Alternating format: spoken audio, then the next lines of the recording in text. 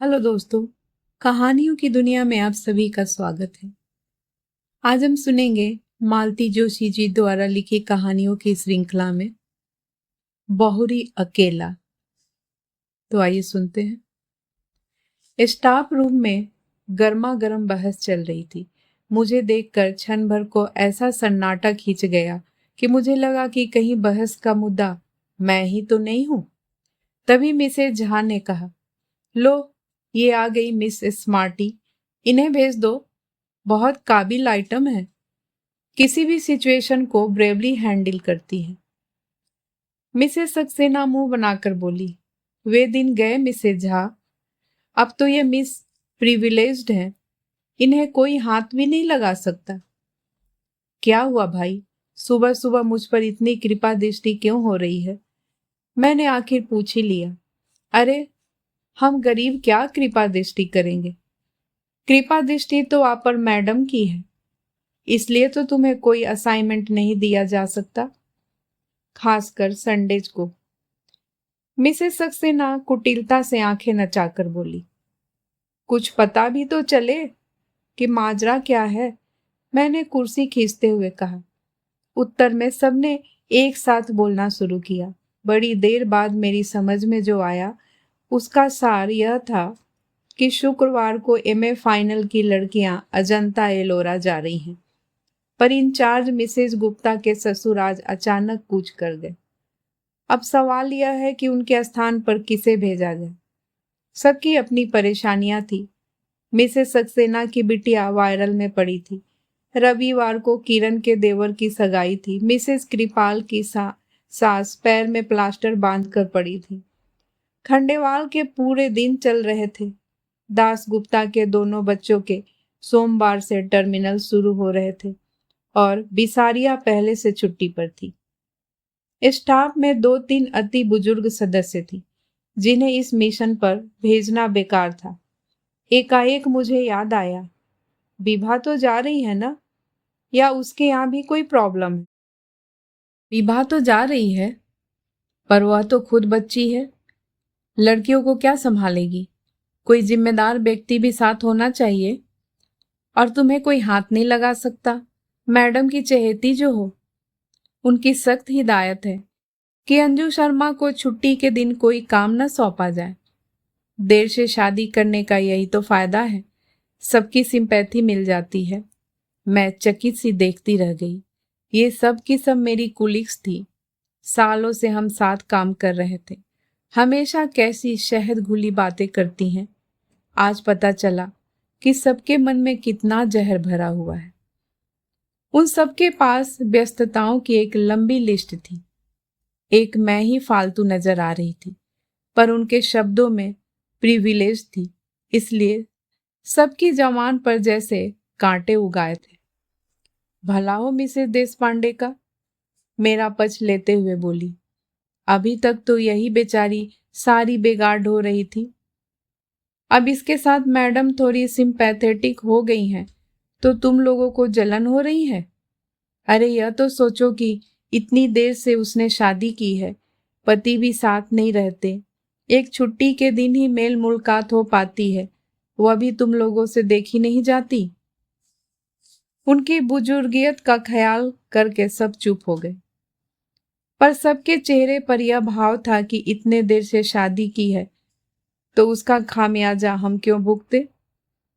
Mrs Saxena से तो आखिर रहा ही नहीं गया। बोली, आंटी, अब साल भर तो हो गया, इतना तो कोई नई नवेली दुल्हन को भी नहीं सहेजता। मेरा तो जैसे खून खौल गया।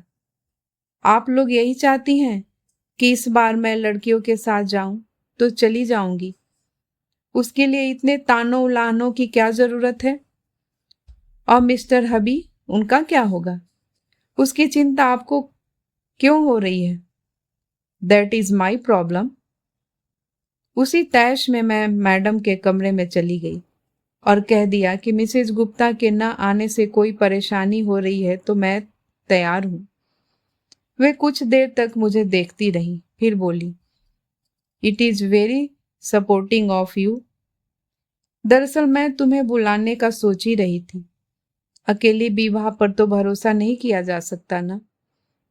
तो आप इतना संकोच क्यों करती हैं ma'am? You are the boss.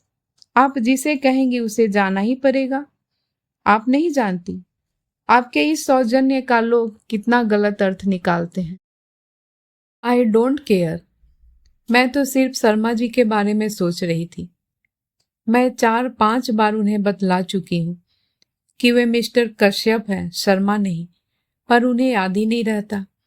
अब तो मैंने टोकना भी छोड़ दिया है, इसलिए उनके सुर में सुर मिलाकर कहा, आप शर्मा जी की चिंता न करें, मैं उन्हें फोन कर दूंगी। वे भी सरकारी नौकर हैं, ड्यूटी का मतलब समझते हैं। Okay, and good luck to you. घर लौटते समय बहुत हल्का महसूस कर रही थी। मेरे प्रस्ताव के बाद मैडम के चेहरे पर जो राहत के भाव उभरे थे, उनसे बड़ी संतुष्टि मिली थी। पर ईमानदारी की बात यह थी कि उनसे भी ज्यादा राहत का एहसास मुझे हो रहा था। पिछले 2 हफ्ते श्रीमान जी नहीं आए थे। आखिरी बार जिस मूड में यहाँ से गए थे, लगता था इस बार भी नहीं आएंगे। 2 रविवार लगातार मैं पड़ोसियों की प्यार भरी पूछताछ से तंग आ गई थी। इस हफ्ते फिर वही सब दोहराना संकट लग रहा था। शायद इसलिए आगे बढ़कर मैंने यह जिम्मेदारी ले ली थी। मुझे एक बहाना चाहिए था, सो मिल गया था। कभी कभी लगता है मैंने नाहक शादी की। जिंदगी अच्छी भली गुजर रही थी, न कोई टेंशन था न पछतावा। बस एक शादी की चिंता थी जो मुझसे ज्यादा मेरे भाइयों को खाए जा रही थी। अपनी भरी पूरी गृहस्थियों के बीच बेचारे एक अपराध बोध के साथ जी रहे थे। बड़े भैया की पिंकी के बीए कर लेने के बाद तो सबके सब जैसे एकदम व्यग्र हो उठे। कम से कम उसकी शादी से पहले मेरी हो जाना लाजमी था। सो श्रीमान कश्यप को घेरा गया। 10 और 12 साल के 2 बच्चों के बाप से शादी करना मेरे लिए कतई रोमांचक नहीं था, पर भाई आश्वस्त थे कि मुझे अपना एक घर मिल गया है। पर उस घर से जुड़ कहाँ पाई, किसी ने मौका ही नहीं दिया। शादी के बाद 4-5 दिन रही, बाद में दीपावली पर लक्ष्मी पूजन के लिए गई थी बस। छुट्टियों में वे मुझे 1 आध महीना घुमाने ले गए थे। 1 महीना मुझे भाइयों के पास रहने के लिए कह दिया था। भाइयों के पास तो हर छुट्टी में जाती थी, पर इस बार का अनुभव नया था। पीहर आई बहन बेटी का स्वागत सत्कार, लाड़ दुलार पहली बार ही पाया था। शादी के बाद भी मैं तो उसी घर में बनी रही, पर हाँ, मिस्टर कश्यप को जरूर एक अतिरिक्त घर मिल गया था। उनकी सारी छुट्टियां यहीं गुजरती। केंद्र सरकार की नौकरी थी। शनिवार रविवार छुट्टी होती। वे भोपाल से शुक्रवार को इंटरसिटी से आते और सोमवार की सुबह उसी ट्रेन से लौट जाते। साल भर से मेरा दाम्पत्य जीवन इसी साप्ताहिक तर्ज पर चल रहा था। उस रविवार की रात को भी वे घड़ी में अलार्म भर रहे थे कि मैंने कहा, सुबह चले जाएंगे? जाना तो पड़ेगा ही, कल सोमवार है, भूल गई क्या?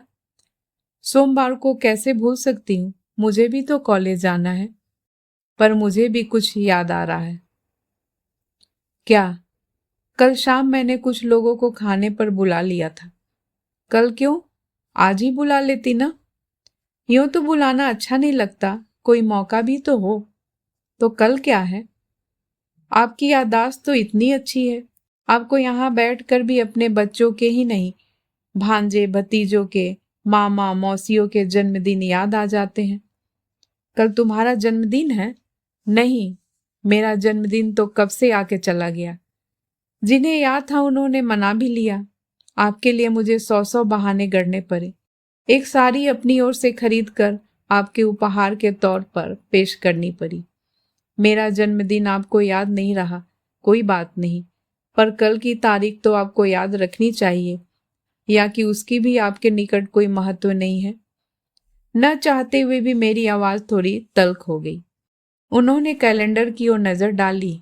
ओह, कल 11 नवंबर है, मतलब अपनी शादी को 1 साल पूरा हो गया। धन्य भाग, आपको याद हो आया। पर आपने इस तरह मुंह क्यों लटका लिया? मैंने रुकने के लिए कहा जरूर है, पर कोई प्रॉब्लम हो तो रहने दीजिए। सेलिब्रेशन का मूड अगर है तो मैं साथ चलती हूँ, नहीं तो उसकी भी कोई जरूरत नहीं है। तुम चलना चाहो तो जरूर चलो, उन्होंने कहा, पर स्वर में कोई आग्रह नहीं था। सेलिब्रेशन का तो ऐसा है कि बच्चों की परीक्षा चल रही है। मंगलवार को रौनक का गणित का पेपर है, इसलिए मेरा कल जाना जरूरी है। सेलिब्रेशन से मेरा मतलब किसी पार्टी से नहीं था। हम सब मिलकर बाहर खाना खा सकते थे या एक आध पिक्चर देख सकते थे। बच्चों की परीक्षाएं चल रही हैं तो कोई बात नहीं, हम लोग दिन भर साथ ही रह लेते। यह प्रस्ताव आपकी ओर से आता तो मैं उतने में ही खुश हो जाती, पर आपको तो याद ही नहीं था। आपको अम्मा जी के ठाकुर जी तक की याद रहती है। पिछली रामनवमी और जन्माष्टमी पर श्रृंगार का सारा सामान आप यहीं से ले गए थे। बस आपको मेरा जन्मदिन या अपनी शादी की सालगिरह याद नहीं रही। बार बार बच्चों का अम्मा का ताना क्यों दे रही हो? वे लोग मेरी जिम्मेदारी हैं और मैं क्या हूं? सिर्फ जरूरत। कैसी जरूरत, यह भी बताना पड़ेगा। कुछ देर तक कमरे में भीषण स्तब्धता छाई रही। फिर मैंने ही कहा, आप बच्चों के सामने एक आदर्श पिता बने रहना चाहते हैं, इसलिए मुझे तरजीह नहीं देते। जानती हूं, इसलिए आज तक आपने मेरे स्थानांतरण के लिए प्रयत्न ही नहीं किया। आश्चर्य तो यह कि अम्मा जी ने भी कभी इसके लिए जोर नहीं दिया। Please leave my mother alone. मैं कोई गाली नहीं दे रही हूं, एक बात कह रही हूं। कोई भावुक महिला होती तो कहती, बहू अब तुम आकर जल्दी से अपना घर बार संभालो और मुझे छुट्टी दो। पर वे बड़ी प्रैक्टिकल हैं, उन्हें यही बेवस्ता रास आ गई है। घर उनका एक छत्र शासन में भी बना रहता है और बेटे को कोई परेशानी भी नहीं होती। वह आदर्श बेटा बना रहता है, आदर्श पिता बना रहता है और उसकी साप्ताहिक आनंद यात्रा भी निर्विघ्न चलती रहती है। आनंद यात्रा? वाह, तुम क्या सोचती हो? तुम कोई हुस्न परी हो जिसके लिए मैं दीवानावार चला आता हूं? ठक लगा जैसे किसी ने कलेजे पर एक घूसा जड़ दिया हो। बड़ी मुश्किल से मैं उस पीड़ा को जब्त कर पाई। फिर अत्यंत कसैले स्वर में कहा, मैं हुस्न परी होती तो 34 साल तक अनब्याही न बैठी रहती और न ही 2 बच्चों के बाप से शादी करती। यह बात कहने के साथ ही मैं दीवार की ओर मुंह करके लेट गई थी। इस कारण उनका चेहरा नहीं देख पाई, पर वह जरूर स्याह पर गया होगा। वे उस रात कब कहाँ सोए मैं नहीं जानती। सुबह अलार्म बजा था पर मैं नहीं उठी। उन्होंने शायद अपने से ही चाय बनाई थी, पर मैं दम साधे पड़ी रही। जाते समय उन्होंने मुझे आवाज दी भी हो तो पता नहीं। सुबह उठी तो लगा जैसे एक भयानक स्वप्न देखकर जागी हूं। उसके बाद आज तीसरा शुक्रवार है। जनाब की कोई खबर नहीं। रूठ कर गए हैं, सोचा होगा मना लेगी, पर हम उस मिट्टी के नहीं बने हैं, बल्कि गुस्सा तो मुझे होना चाहिए था। अपमान तो मेरा हुआ है। सच तो यह है कि उनके न आने से मुझे राहत ही मिली थी, क्योंकि मुझे लग रहा था कि अब मैं उस व्यक्ति का स्पर्श या सामीप्य सहन नहीं कर पाऊंगी। सुबह बैग भर रही थी कि फोन खड़का। मैं बोल रहा हूं। मैं?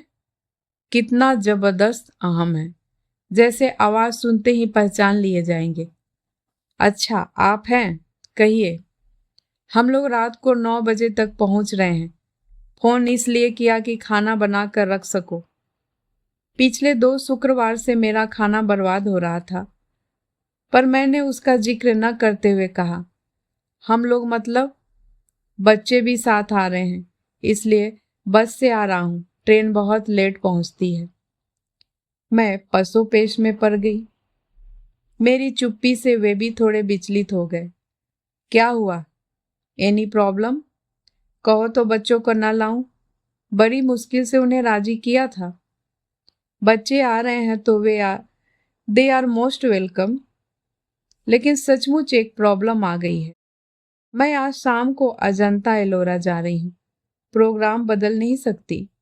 नहीं, क्योंकि यह प्लेजर ट्रिप नहीं है। कॉलेज की लड़कियों के साथ इंचार्ज बनकर जा रही हूँ। पर तुम ही क्यों? मैं क्यों नहीं? पिछले साल भर से तो उन्होंने मुझसे कोई काम नहीं लिया। मेरे सारे संडे फ्री रखे। कॉलेज में इतनी परीक्षाएं होती रही, पर कभी इनविजिलेंस की ड्यूटी भी नहीं दी। पर किसी की सदाशता का ज्यादा फायदा उठाना अच्छा थोड़े ही लगता है। आखिर यह मेरी नौकरी है। इस बार उधर चुप्पी छाई रही। फिर 2 हफ्ते से आप आए नहीं थे, तो मैंने सोचा इस बार भी नहीं आएंगे। मैं 2 हफ्तों से नहीं आया तो तुमने कोई खोज खबर भी तो नहीं ली। एक बार फोन ही कर लेती। कारण मुझे मालूम था, इसलिए फोन नहीं किया। मैं बीमार भी तो हो सकता था। बीमार होते तो आप ही मुझे फोन करते। आप तो नाराज थे। मैं तो आज भी आपको एक्सपेक्ट नहीं कर रही थी। शायद अम्मा जी ने। हर बार अम्मा जी को बीच में क्यों ले आती हो? बहुत श्रद्धालु अंतःकरण से कह रही हूं कि शायद अम्मा जी ने ही समझाया होगा कि कमाऊ बीवी से बनाकर चलना चाहिए। उधर से फोन पटकने की आवाज आई। मैंने भी परवाह नहीं की। अगर आप कड़वी बात कहते हो तो सुनने का भी हौसला रखो। जब सुन नहीं सकते तो कहते क्यों हो? कॉलेज से लौटते हुए अचानक ख्याल आया कि सफर के लिए कुछ जरूरी चीजें ले लूं। घर की ओर मुड़ने की बजाय मैं बाजार की ओर मुड़ गई। वह शायद मेरी होनी ही थी जिसने मुझे इस बात के लिए प्रेरित किया था, क्योंकि उस ओर मुड़ते ही एक स्कूल बस मेरे सामने आ गई। उसे बचाने के लिए मैं सड़क के इतने किनारे चली गई कि गिर ही पड़ी। क्षण भर को आंखों के सामने अंधेरा छा गया। पल भर में वहां भीड़ जुट गई। 4 सहृदय लोगों ने मुझे स्कूटर के नीचे से निकाला और पास के अस्पताल में पहुंचाया। मैंने तुरंत एक फोन पड़ोस में किया और एक कॉलेज में। नीतू और उसकी मम्मी फौरन दौड़ी चली आई और पूरे समय मेरे साथ बनी रही। कॉलेज में फोन करने का मेरा उद्देश्य सिर्फ यह था कि वे लोग मेरे भरोसे न रहें। पर खबर मिलते ही प्रिंसिपल मैडम भी 2-3 लोगों के साथ आ गई और जाते समय अपनी कार वहीं छोड़ गई। रात 10 बजे जब घर लौटी तो मेरे दाएं हाथ में प्लास्टर था। बाएं पैर में पिंडली में 6-7 टांके थे और घुटने और कंधों में खरोच थी। सौभाग्य से सिर पर कोई चोट नहीं थी, पर वह बेतरह घूम रहा था। घर आते ही पस्त होने से पहले मैंने बड़े भैया को फोन लगाया। मेरे कुछ कहने से पहले ही वे बोल उठे, अरे इतनी देर तुम कहाँ थी? मैं कब से फोन लगा रहा हूं। उनके स्वर में उल्लास फूटा पड़ रहा था। मैंने अपनी बात कुछ देर को मुलतवी करके कहा, थोड़ा बाजार तक गई थी। पर आप मुझे क्यों ढूंढ रहे थे? अरे वो बीकानेर वाले पिंकी को देखकर गए थे ना, उनके यहाँ से हाँ आ गई है। अरे वाह, बधाई। लड़का 3 महीने के लिए जापान जा रहा है, इसलिए माँ के साथ एक बार मिलने आ रहा है। मेरी इच्छा थी कल तुम दोनों भी आ जाते तो लड़के को देख लेते। दरअसल क्या है भैया कि मैं कॉलेज के साथ टूर पर जा रही थी, तो इन्हें आने के लिए मना कर दिया था। कब जा रही हो? आज ही जाना था, पर पता नहीं कैसे स्कूटर से गिर पड़ी। पट्टी बगैर करवा कर अभी लौटी हूं। ज्यादा चोट तो नहीं आई? चोट तो ज्यादा नहीं है, पर आना जरा मुश्किल लग रहा है। खैर कोई बात नहीं, टेक केयर। इन लोगों से निपट लूं फिर आता हूं। नीतू मुझे देखती रह गई। यह क्या? आपने ठीक से बताया क्यों नहीं? वे बिटिया का रिश्ता तय कर रहे हैं। इस समय मैं उन्हें डिस्टर्ब नहीं करना चाहती। जीजा जी को तो फोन कर दिया होता। नहीं रे, यहाँ नहीं आना था, इसलिए उन्होंने टूर प्रोग्राम बना लिया था। घर पर अम्मा जी और बच्चे अकेले होंगे। इतनी रात को फोन करूंगी तो परेशान हो जाएंगे। जीजा जी के पास मोबाइल नहीं है? यही तो सोच रही हूँ, इस जन्मदिन पर उन्हें प्रेजेंट ही कर दूं। बहुत परेशानी होती है। अच्छा नीतू, आज की रात तुम मेरे पास रह जाओगी? कल से मैं बसंती को बोल दूंगी। कैसी बात कर रही हैं? आज तो मुझे रहना ही है। आपने घर पर खबर की भी होती तो सुबह से पहले कोई आता थोड़े ही। वह रात बहुत मुश्किल से कटी। उपचार के समय उन्होंने जरूर कोई निश्चेतक दवा दी होगी। उसका असर धीरे धीरे कम हो रहा था और दर्द अपना अस्तित्व जताने लगा था। यूं तो दर्द निवारक गोलियां भी दी गई थी, पर उन्हें कारगर होने में थोड़ा समय लगना ही था। घर का कोई साथ में होता तो मैं उसे सारी रात सोने नहीं देती, पर पराई लड़की को परेशान कैसे करती। सो सहनशीलता का नाटक करना ही पड़ा। दर्द के घूंट पीते हुए मैं बार बार उस एक व्यक्ति को कोस रही थी। मिस्टर कश्यप, आपने साल भर में कोई और तोहफा तो नहीं दिया, पर शायद बद्दुआएं दिल खोल कर दी है, उसी को भुगत रही हूँ। नहीं तो 10 साल से गाड़ी चला रही हूँ, कभी एक खरोच भी नहीं आई। बमुश्किल तमाम रात के तीसरे पहर थोड़ी सी आंख लगी, पर नीतू ने 7 बजे ही चाय के लिए जगा दिया। उसका कहना भी ठीक था। बोली, आप हाथ मुंह धोकर तैयार हो जाइए, अड़ोस पड़ोस में खबर लगते ही आने वालों का तांता शुरू हो जाएगा। आप परेशान हो जाएंगी। फिर उसी ने मेरे मुंह हाथ धुलवाए, बाल ठीक किए, उसी की मदद से मैंने कपड़े बदले। फिर उसने मेरे हाथ में कॉर्डलेस थमाकर मुझे सोफे पर लाकर बिठा दिया। आसपास तकिए लगाकर ऐसी व्यवस्था कर दी कि मैं अधलेटी रह सकूं। बोली कि हर किसी को बेडरूम तक लाना ठीक नहीं लगता। उसका तर्क ठीक था, और जैसा कि उसने कहा था, 8 बजे से आने वालों का सिलसिला शुरू हुआ। 10 साढ़े 10 तक चलता ही रहा। बेचारी नीतू नहाने धोने घर भी न जा सकी। 11 बजे मैंने उसे जबरदस्ती घर भेजा। कहा कि दरवाजे में चेन लगा दो, आने वाला अपने आप खोल लेगा। नीतू को गए मुश्किल से 10 मिनट हुए होंगे कि दरवाजा अपने आप खुल गया। मैं तो चकित थी कि न दस्तक न घंटी, ऐसे अचानक कौन आ गया। पर जब आगंतुक को देखा तो देखती रह गई। कमर पर दोनों हाथ रखे दरवाजे पर खड़े होकर श्रीमान मुझे घूर रहे थे। उस दृष्टि में रोष था, उपालंब था, उपहास था और शायद तिरस्कार भी। आई नो इट, मुझे मालूम था। तुम्हें कहीं आना जाना नहीं था, सिर्फ मुझे टालने के लिए बहाना बनाया गया था। I was dead sure. वे जिस तरह मुझे घूर रहे थे, मैं भी एक टक उन्हें देख रही थी। मेरी आंखों में उपालंब की मात्रा शायद ज्यादा गहरी थी, क्योंकि थोड़ी देर बाद उन्होंने अपनी नजर फेर ली। उनकी नजरें हटते ही मैंने कॉर्डलेस पर पड़ोस का नंबर मिलाया। सॉरी नीतू डार्लिंग, तुम्हें फिर से कष्ट दे रही हूँ, पर क्या है कि तुम्हारे जीजा जी आ गए हैं। एक कप चाय बनाकर दे जाओगी तो अच्छा रहेगा। मेरे लिए पड़ोसियों को कष्ट देने की कोई जरूरत नहीं है, उन्होंने कसैले स्वर में कहा। अब वे दरवाजा छोड़कर सामने कुर्सी पर बैठ गए थे। अगर घर में चाय बनने में कोई प्रॉब्लम है तो मैं बाहर ही पी सकता हूँ। वैसे भी मैं यहाँ रुकने वाला नहीं हूँ, सिर्फ देखने चला आया था। मैं भी उन्हें चाय पिलाने के लिए बहुत व्यग्र नहीं थी, बस चाहती थी कि इस समय हम दोनों के बीच में कोई तीसरा आकर बैठ जाए।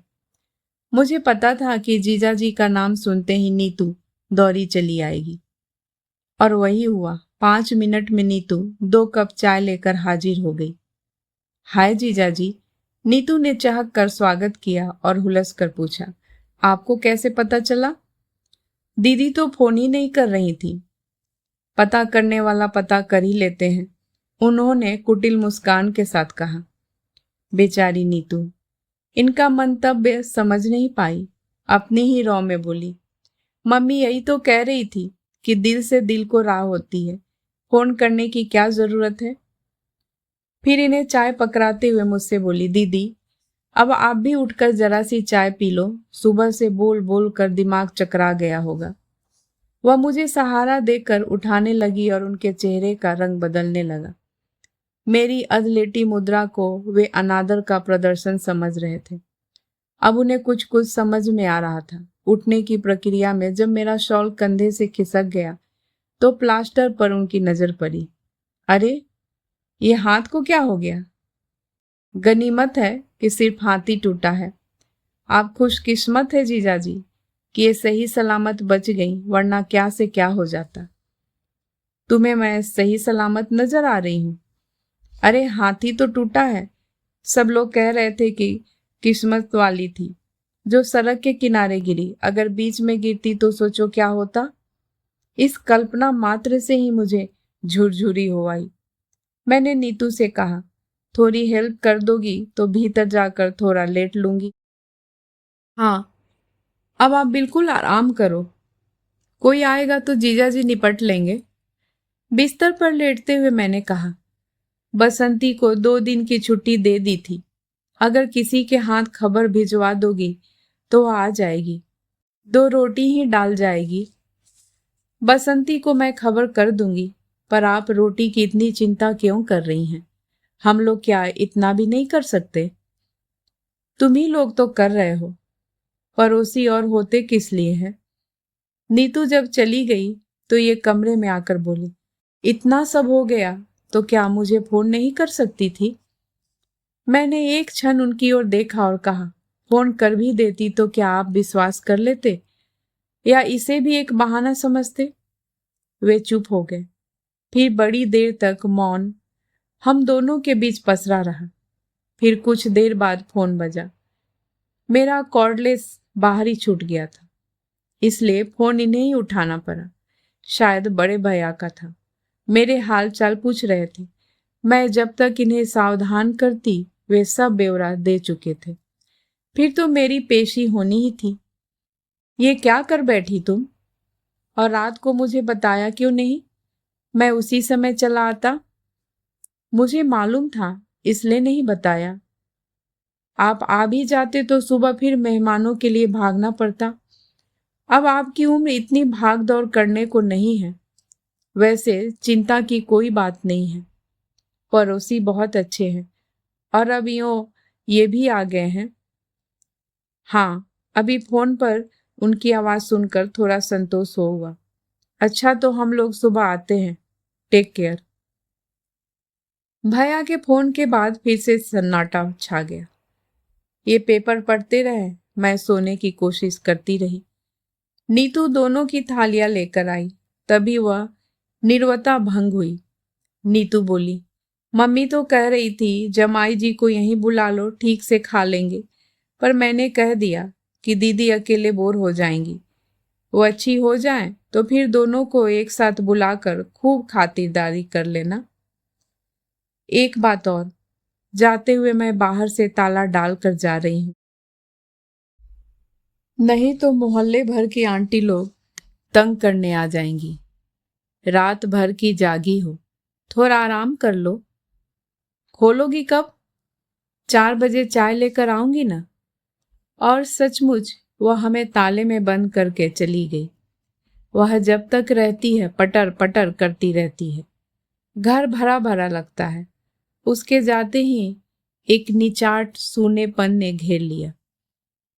उस असहज एकांत से निजात पाने के लिए मैंने कहा, आप तो आज ही जाने वाले थे ना? तो दिन में निकल जाते, रात में ठंड से परेशान हो जाएंगे। वे एक क्षण मुझे घूरते रहे, फिर बोले, मुझे क्या इतना गया गुजरा समझ लिया है कि तुम्हें इस हाल में छोड़कर चला जाऊंगा? एक तरह से बात यहीं पर एक अच्छे बिंदु पर समाप्त हो जानी थी, पर मेरे मन में जो प्रतिशोध की आग धधक रही थी, वह हुस्न परी वाला डायलॉग मेरे कलेजे में कील की तरह गड़ा हुआ था। उसी ने मुझे चुप नहीं बैठने दिया। मैंने बड़े नाटकीय अंदाज में कहा, मेरी यह हालत है तभी तो कह रही हूं, रुक कर क्या करेंगे? वे अवाक होकर मुझे देखते रह गए। What do you mean? कुछ नहीं, एक पुरानी बात याद आ गई। एक बार आप आए थे और मैं संकोच के मारे कुछ क्षण को चुप रह गई। उस दिन आप कितना नाराज हुए थे।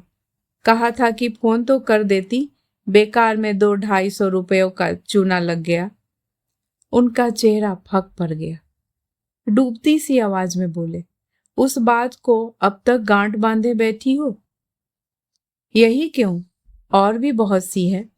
सारी गांठें खोलने बैठूंगी तो सुबह से शाम हो जाएगी। तुम तो ऐसे कह रही हो जैसे मैं तुम पर बहुत अत्याचार करता रहा हूं। प्रचलित मायनों में जिसे अत्याचार कहते हैं वह तो आप कर नहीं सकते, क्योंकि मैं उतनी बेचारी नहीं हूं। आपका तरीका बहुत सोफिस्टिकेटेड है और अप्रोच बहुत ही प्रैक्टिकल। बहुत आसानी से आप सामने वाले की भावनाओं को अनदेखा कर सकते हैं। मसलन अब कहाँ से शुरू करूं? चलिए शुरू से करते हैं। याद है जब शादी के बाद पहली बार हम लोग इस घर में आए थे? मेरी सहेलियों ने घर को बहुत ही कलात्मक ढंग से सजाया था। हमारा स्वागत भी बहुत शानदार हुआ था। हार, फूल, संगीत, उपहार, मिठाई, और लोग इतने कि पैर रखने की जगह नहीं थी। इसके बाद जब हम अकेले हुए तो आपका प्रश्न था, फ्लैट तो बहुत सुंदर है, कितने का पड़ा? क्या मुझे यह पूछने का हक नहीं था? जरूर था, पर आपकी टाइमिंग गलत थी। उस निभृत एकांत की अवहेलना कर आप इंदौर और भोपाल की कीमतों की तुलना करते रहे। बातों बातों में आपने यह भी पूछ लिया कि मैंने लोन बैंक से उठाया था या जीपीएफ से लिया था, और यह भी कि किस्तें पट गई या कि अभी बाकी है। मेरे ख्याल से मुझे यह भी पूछने का हक नहीं था। हक 100% है, पर यह विषय उस दिन के लिए नहीं था। मुझे मालूम है मेरी शादी में मेरी नौकरी, मेरा वेतन, मेरा फ्लैट प्लस पॉइंट थे, पर वे ही अहम मुद्दा होकर रह जाएंगे और मैं गौन हो जाऊंगी, यह नहीं सोचा था। अगली बार आप जब आए तो आपने नॉमिनेशन के बारे में पूछा था। मैंने दोनों भाइयों के बेटों को फ्लैट और जीपीएफ के लिए नॉमिनेट किया हुआ था। आपने कहा कि अगर नामांकन बदलना है तो फुर्ती करनी होगी, नहीं तो बाद में बहुत परेशानी होती है। इसमें गलत क्या है? सरकारी दफ्तर में काम करता हूँ, रोज देखता हूँ कि लोग बाद में किस तरह परेशान होते हैं। मैं भी जानती हूँ, पर महीने भर पहले ब्याही औरत भविष्य के सपने रखती है। उसे वसीयत के बारे में सोचना जरा अच्छा नहीं लगता। बदली हुई परिस्थिति में शायद मैं खुद इस विषय में पहल करती, पर आपकी उतावली देखकर वितृष्णा हो आई। इसके बाद तो शोषण का एक अनवरत सिलसिला शुरू हो गया। मेरे टेलीफोन का बिल दुगना तिगुना आने लगा। सब लोग छेड़ते कि रात रात भर मियाँ से बात करती होगी। उन्हें क्या पता था कि मियाँ ने घर पर बात करने के लिए एकदम मना किया हुआ है, और दफ्तर में बात करना मुझे अच्छा नहीं लगता। उन्हें कैसे बताती कि यहाँ आकर श्रीमान को सारे दोस्तों के, भाई भतीजों के जन्मदिन याद आ जाते हैं।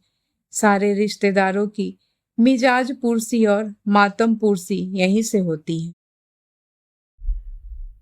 यह तो शायद तुम्हें भी पता होगा कि लॉन्ग डिस्टेंस कॉल संडेज को सस्ती पड़ती है, और अक्सर संडेज को मैं यहीं होता हूँ। हाँ, मुझे पता है, और मुझे यह भी पता है कि इंदौर का कपड़ा मार्केट बहुत अच्छा है, इसलिए चादरें और पर्दे यहीं से खरीदने चाहिए। यहाँ की रेडीमेड गारमेंट्स की मंडी भी मशहूर है, इसलिए बच्चों के जन्मदिन के कपड़े यहीं से लेने चाहिए। यहाँ जब तब गर्म कपड़ों की सेल लगती है, इसलिए अम्मा जी के लिए शॉल और स्वेटर्स यहीं से जाएंगे। इसके अलावा और भी फरमाइशी आइटम्स हैं, जैसे फरियाली सामान, नमकीन, राहुल के लिए कैमरा, रीना के लिए बारबी का सेट, कलर बॉक्स वगैरह। और मुझे यह भी मालूम है कि आपने घर पर यह कभी नहीं जताया होगा कि फरमाइशें कौन पूरी कर रहा है।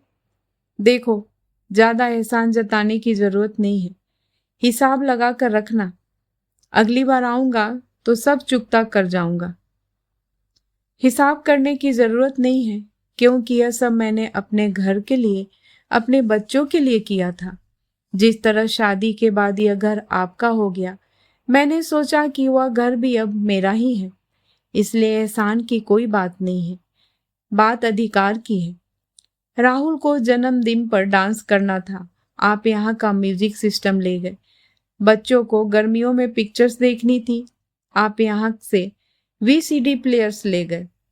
बार बार बिजली गुल होने से बच्चों की पढ़ाई हर्ज होती है, इसलिए मेरा इमरजेंसी लैंप भी भोपाल पहुंची है।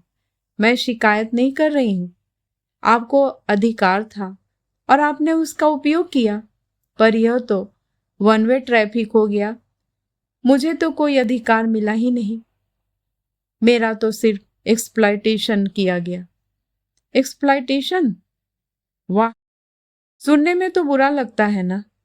शोषण कहूंगी तो और भी बुरा लगेगा, पर मेरे साथ यही हो रहा था और वह मेरी समझ में भी आ रहा था। पर मैंने मन को बहला लिया था कि मैं घर की किस्तें चुका रही हूँ, घर जिसकी मुझे अरसे से तलाश थी, घर जो रिश्तों को मजबूत जमीन पर खड़ा हो, घर जो आपसी सामंजस्य सद्भाव के सहारे टिका हो। पर वह घर तो मुझे मिला नहीं, आपने दिया ही नहीं। देखो, तुम्हारी तरह मैं साहित्यिक भाषा तो नहीं बोल सकता, लेकिन आप खूब बोल सकते हैं। आपका हुस्न परी वाला जुमला तो अब तक मेरे कलेजे में गरा हुआ है। कल रात मैं दर्द के मारे सो नहीं पाई थी, पर यह दर्द उस दर्द के मुकाबले कुछ नहीं था जो उस रात आपने मुझे दिया। ये घाव तो कल को भर भी जाएंगे, पर यह घाव तो ता उम्र हरा रहेगा। और आज तो आपने कमाल कर दिया। आज आज मैंने क्या किया? वे हैरान थे। आज आप सिर्फ मेरे सच को परखने यहाँ चले आए। मान लो मैं चली ही गई होती तो आपकी क्या इज्जत रह जाती, या मेरी ही क्या इमेज बनती? आपकी तो ये दूसरी शादी है, इतना तो आप भी समझते होंगे कि दाम्पत्य का आधार होता है विश्वास। और मिस्टर कश्यप, आपने उसे ही नकार दिया, फिर शेष क्या रहा? तभी दरवाजा खड़का। नीतू शायद चाय लेकर आई थी। हम दोनों अच्छे बच्चों की तरह चुपचाप बैठ गए। वैसे भी बोल बोल कर मैं इतना थक गई थी कि कुछ देर आंख बंद करके लेटने को जी चाह रहा था, और चाय पीकर मैं सचमुच लेट गई। नीतू बोली, जीजा जी, शाम को क्या खाना पसंद करेंगे, बताइए। व्यंग पूर्वक मुस्कुराहट के साथ वे बोले, मैं गरीब क्या बताऊंगा, अपनी दीदी से पूछो, गेस्ट ऑफ ऑनर तो वे हैं। और इतना कहकर वे बाथरूम में घुस गए। नीतू थोड़ी देर बैठी बतियाती रही, पर मेरी ओर से कोई प्रोत्साहन न पाकर चुपचाप उठकर चली गई। वे फ्रेश होकर आए और बालों में कंघा फेरते हुए बोले, अच्छा तो मैं निकल रहा हूं। मैंने प्रश्नार्थ नजरों से उनकी ओर देखा। रतलाम वालों के आने तक रुकने का इरादा था, पर देखता हूं उसकी कोई खास जरूरत नहीं है। तुम्हारे अड़ोसी पड़ोसी बहुत अच्छे हैं, खूब अच्छी तरह सेवा टहल कर रहे हैं। मेरी वजह से बल्कि असुविधा ही हो रही है। और हाँ, तुम्हारी सारी चीजें अगली बार ले आऊंगा, अगर आया तो, वरना किसी के हाथ भिजवा दूंगा। मैंने उठने का उपक्रम किया तो बोले, लेटी रहो, मेरे लिए फॉर्मेलिटीज करने की जरूरत नहीं है, वैसे भी आदर मान बहुत हो चुका है। सी ऑफ करने के लिए न सही, दरवाजा बंद करने के लिए तो उठना होगा। मैं लड़खड़ाते हुए उठ खड़ी हुई। लंगड़ाते हुए जब तक दरवाजे पर पहुंची, ये 2 मंजिल उतरकर बिल्डिंग के गेट तक पहुंच चुके थे। खिड़की से मैं उन्हें जाते हुए देखती रही। फिर मैंने बहुत मुश्किल से दरवाजा बंद किया। इतने से श्रम से भी मैं हांफ गई थी। देर तक बंद दरवाजे से पीठ लगाए मैं निष्पंद सी खड़ी रही। सामने वही खिड़की थी जहां से मैंने उन्हें जाते हुए देखा था। मुझे लगा वे मेरे घर से ही नहीं, जीवन से भी चले गए हैं। अलविदा मिस्टर कश्यप, मैंने कहा। आज से मेरे घर का और मेरे मन का दोनों दरवाजे आपके लिए बंद हो चुके हैं। घर का दरवाजा तो शायद कभी मजबूरी में खोलना भी पड़े, क्योंकि शादी को इतनी आसानी से मैं नकार नहीं सकती। इसके लिए मेरे भाइयों ने बहुत सारा श्रम और पैसा खर्च किया है, इसलिए इस शादी को तो मुझे ढोना ही पड़ेगा। पर मेरे मन का दरवाजा अब आपके लिए कभी नहीं खुलेगा, कभी नहीं। कहानी सुनने के लिए बहुत बहुत धन्यवाद। मैं फिर हाजिर होंगी एक नई कहानी के साथ। तब तक के लिए नमस्कार।